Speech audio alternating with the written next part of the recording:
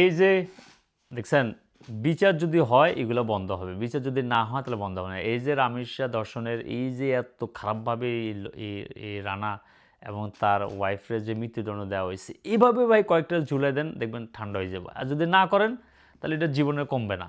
বাংলাদেশে আসলে আমরা এইসব বিচার দেখি না কখন, এই প্রথম মনে হয় এইটা মানে করছে তারেক রহমানকে। উনি আমাদের প্রাইম মিনিস্টার, জনগণের ভোটে উনি নির্বাচিত হয়েছে, উনাকে আমরা সমালোচনা করব, ওনার প্রশংসা করবো উনি, তবে যেই কাজটা করছে এটার জন্য অবশ্যই উনি প্রশংসা দাবিদার, ওটার জন্য আমরা তারেক রহমানকে ধন্যবাদ জানাই। এই যে আজকে ওই দর্শককে দেখছেন মানে কোর্টে উঠানো হয়েছে, ওখান থেকে তার বিরুদ্ধে মানে তাকে মৃত্যুদণ্ডের রায় দিছে আদালতের চত্বরে। দেখেন কত মানুষ, এটা মানুষের মনে একটা শান্তি আসতেছে যে না, একটা বিচার মানে হয়েছে, একটা আরও হবে। তবে হতাশার দিক কি জানেন, দেখেন হিউম্যান রাইটস সাপোর্ট সোসাইটি তারা তাদের প্রতিবেদনের রিপোর্ট দেখেন, এটা প্রথম আলো প্রকাশ করছে। মে মাসে গণপিটুনিতে সহিংসতা হচ্ছে 31 জন মারা গেছে শুধু মে মাসে, আর ধর্ষণের শিকার হয়েছে 83 জন নারী। মানে গণপিটুনির থেকে ধর্ষণের শিকার হয়েছে বেশি মানুষ। ঠিক আছে, এবার বুঝেন দেশের আইন শৃঙ্খলা কোন পর্যায়ে গেছে।